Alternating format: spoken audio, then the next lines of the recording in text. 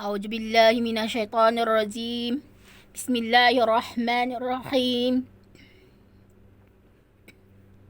اللهم إني أعوذ بك من غلبة الدين وغلبة العدو وسماعة الأعداء. اللهم إني أسألك الجنة وأستجير بك من النار. اللهم أحسب حسابا يسيرا. Wabad, Assalamualaikum warahmatullahi wabarakatuh. Ako'y nagpapakupkup kay Allah mula kay Satanas na isinumpa sa ngalan ng Allah ang pinakamahabagi ng pinakamaawain. O Allah, ako ay nagpapakupko sa iyo mula sa pagkadaig ng utang at magdaig ng kaaway at mapag-api ng kalaban. O Allah, hinihiling ko sa iyo ang paraiso at iligtas ako mula sa apoy ng imperno. O Allah, hatulan mo ako ng magaan ng hatol. So before ko sabihin ang aking topic, ako'y humingi sa inyo na libong-libong kapatawaran na hindi ibig sabihin na ako'y nagsasalita na ako'y isang maalam na. Nagpapayo ako sa aking sarili at sinumang nakikinig at humingi rin ako ng kapatawaran sa lahat ng nakakataas sa akin, lalo na ang mga ulama at alima. Ang aking topic ay Asma'ullahu Husna sa Al-Latifu. Sa number 25, yung una pala 24 yun.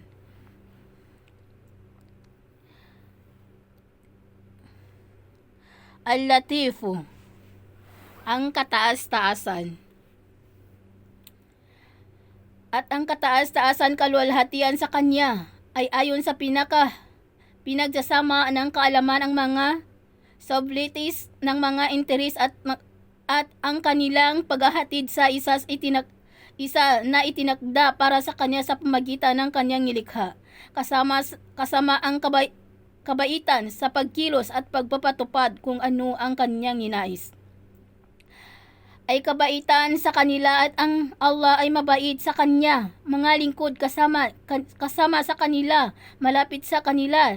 Tinatrato niya ang mga mananampalataya na may mga kaakibat habang at kabaitan at tinatawag ang lumalabag sa pagsisisi at pagpapatawad. Gaano man kalaki ang pagsuway ay maaari niya ito maabot sapagkat siya ay mabait sa kanyang mga tagapaglingkod. Alam niya ang mga minuto at kanilang mga kalagayan at wala nang nakatago sa kanyang kanlinga.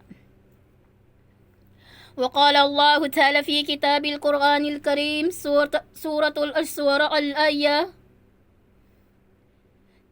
9. Allahu al-latifu bi'ibadihi yarzuqu min yasha'u wa huwal qawiyyul aziz. Sinabi ng Allah subhanahu wa ta'ala sa suratul Al-Surah sa ayah 19. At ang Allah ay latif, pinakadalubhasa at pinakamabait sa kanyang mga alipin.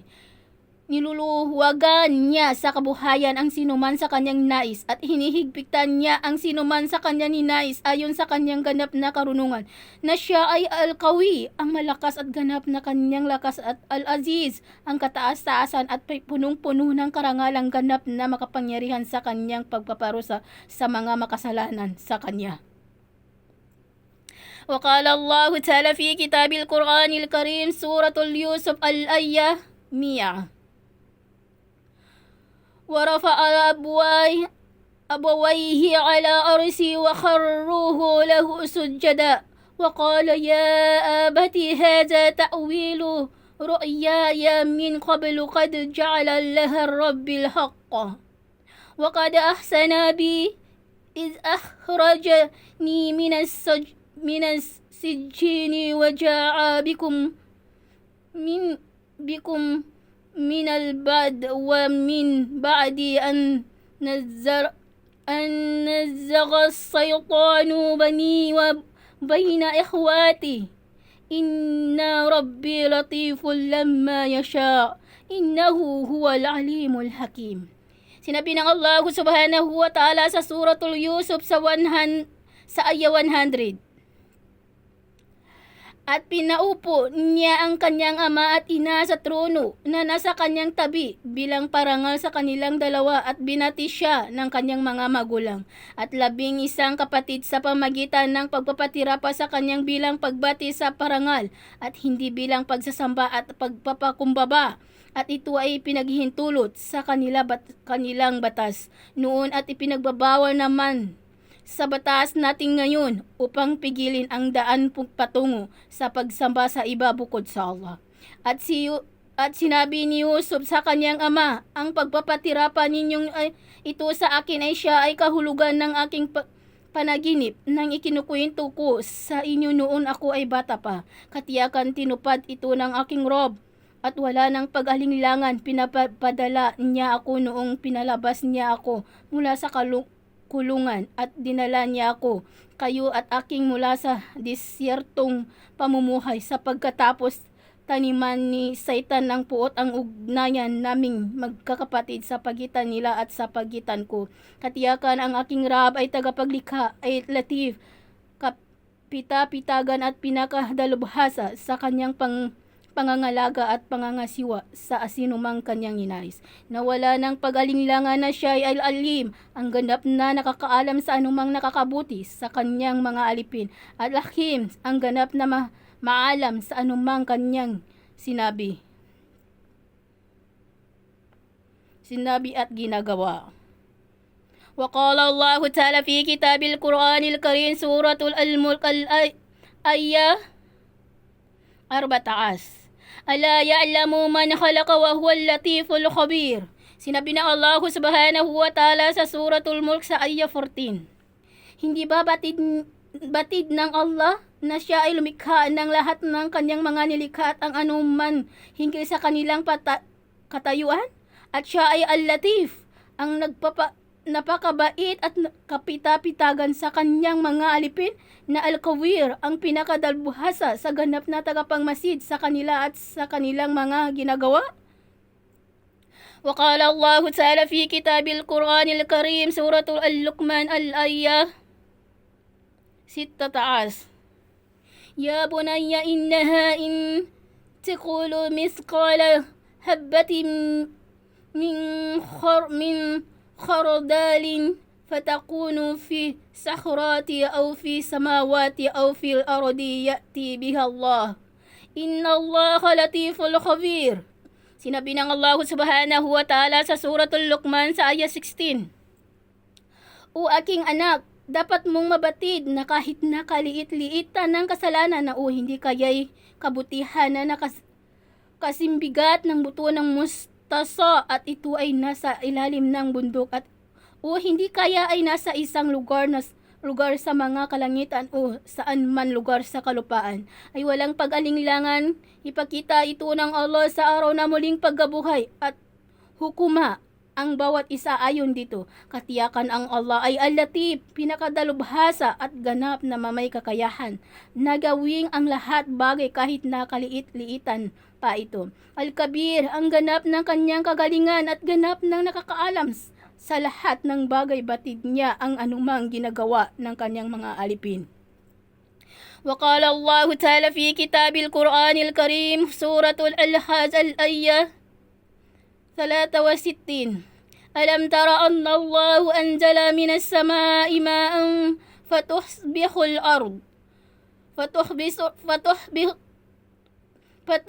الأرض مخضرة إن الله لطيف خبير. Sinabi ng Allah subhanahu wa ta'ala sa Suratul Al-Hajj al-Ayah 63, hindi mo ba napagtanto o Muhammad sallallahu alaihi wasallam na ang Allah ay siya ay nagbaba mula sa kalangitan o ng ulan at sa pamagitan nito ay nagiging luntian ng kalupaan sa pagsibol ng mga pananim mula sa rito? Katiyakan ang Allah ay lalatif, pinakadalubhasa, kapita-pitagan at pinakamabuti ng ganap na tagapangalaga sa kanyang mga alipin. Dahil sa pinasisibol niya ang mga pananim mula sa kalupaan sa pamagitan ng tubig, ng kabir ganap na kanyang kagalingan at nakakabatid sa anuman kanilang ikabubuti.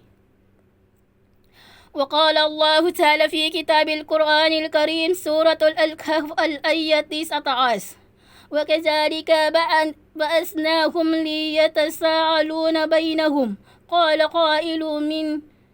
قائل منهم كم لبثتم قالوا لبثنا يوما أو بعض يوم قالوا ربكم أعلم بما لبثتم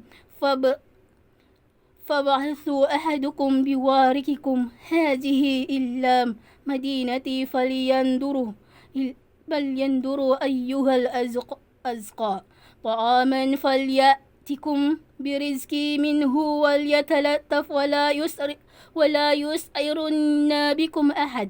Sinabi ng Allah subhanahu wa ta'ala sa Suratul Al-Kahf sa ayah 19. O kung paano namin sila pinatulog at pinangalagaan ng ganito katagal at sinabi namin na magigising sila mula sa kanilang pagtulog, sa pareho pa rin nilang kaanyuan ay wala nang pagbabago upang magtanungan sila sa isa't isa. Na sinabi ng isa sa tagapagsalita mula sa kanila, gaano nakatagal tayo na nanatili sa natutulog dito, at sinabi naman ng iba, nananatili tayo rito sa isang araw o bahagi ng isang araw lamang, samantala yaong iba naman ay medyo hindi sila tiyak na pangyayari na kanilang sinabi. Ipaubaya na lang man ninyo sa Allah ang hinggil dito, dahil ang inyong Rab ay ganap na nakakaalam kung gaano katagal ang pagtigil ninyo, na kung kaya utusan ninyo ang isa sa inyo, dala-dala niya ang inyong salapi na gawa sa pilak patungo sa syudad, at upang tumingin kung saan syudad mayroong mabuti at masarap na pagkain, at pagdadala siya sa inyo ng makakain mula roon. Subalit kinakailangan maging maingat siya sa kanyang pagbili, dahil baka matuklasan tayo ng nagbibinta at magiging lantad na ang malalaman ang hinggil sa atin, at huwag na niyang sabihin kahit kaninong tao ang pagtungkol sa atin. والذي قال عن رواية الناس له في الدنيا وما كان لبشر أن يكون الله إلا وحيا أو من وراء حجاب.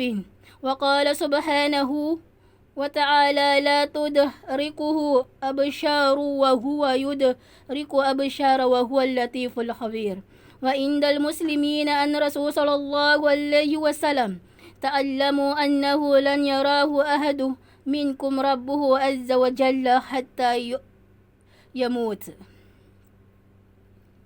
Tulad nito ay mananagot para sa magtatapat na account na madaling biyaya at awa, at mananagot sa iba pang mga lumalabag ayon sa kanyang katarungan at karunungan. Kabilang sa mga kahulugan ng pagwika ni Al-Latif ay ang maamo mula sa pagkaunawa, tulad na sa kanyang kasabihan. Kaya tiningnan niya kung alin sa pinakadalisay ng pagkain ng pagkatapos ay hayaan siyang pagdala sa iyo ng kabuhayan mula sa kanya, at hayaan siyang maging banayad sa iyo. Hindi nakikita sa mundo ang kabaitan at karunungan, at nakita niya ang kabaitan at kabilang buhay bilang karangalan at pag-ibig kahit na hindi niya ito naunawaan. Sa pamagitan ng kanyang nilikha, buhay lamang umula sa likod ng tabing, at sinabi na makapangyarihan sa lahat, walang kamalayan sa paningin. May kamalayan sa mga mata, isang banayad na dalubhasa kapag ang isang Muslim ay ang sugo ng Allah sallallahu alaihi wasallam sumasa kanya. Natutunan na hindi ka makikita ng isang tao kahit na mamamatay. Ang Panginoon ay dahil ang mundo ay nilikha niya para sa mga pagsubok, para sa kabilang buhay. At ito ay ang tahanan ng pagtutuos ng gantimpala, kung saan ang mga tabing na inihayag at ang tabi ng tinaas dito ng Allah. At ang Allah ay mabait sa mga monotista sa oras ng pagtutuos, kaya ang iyong paningin ngayon ay ang iyong Panginoon at paningin ngayon ay bakal. At sinabi niya tungkol sa kanya, kabaitan, kabutihan, loob, kagandahan loob at kagandahan loob. Ang mga mukha ng araw na iyon ay magliliwanag, tumitingin sa kanilang Panginoon. وقال الله تعالى في كتاب القرآن الكريم سورة القاف الآية 22 لقد كنت في غفلة من هذا فكشفنا عنك غطاءك فبصرك اليوم Yawmul Hadid. Sinabi ng Allah subhanahu wa ta'ala sa Suratul Qaf Sa ayat 22. At sasabihin sa makasalanan, katiyakan ikaw ay naging pabaya hinggil sa araw na ito. Narating mo na ngayon, o ikaw na tao, at binuksan na namin ang takip na nakatakip sa iyong puso, na kung kaya nagtagal sa inyo ang pagiging pabaya. Dahil nakikita mo na ngayon ang anumang nasa nakikita ng isang malakas na makapangyarihan. Wakala karinuhu hadha ma ladayya atid. At sinabi noong ng anghel na tagapagsulat na testigo laban sa kanya, ang mga ito na nasa akin ay talaan ng lahat ng kanyang agawan, na ito ay nakakahanda na nasa akin at pinangalagaan ng ngayon ng isulat ang kanyang harapan. So hanggang dito na lang aking nasabi man ako na hindi to sa Islam ako'y patawarin ninyo dahil tao lang ako nagkakamali. Wa qulu qawli hadha wa astaghfirullahu bi wa lakum. Rabbi zidni ilma. Wassalamu alaikum warahmatullahi wabarakatuh.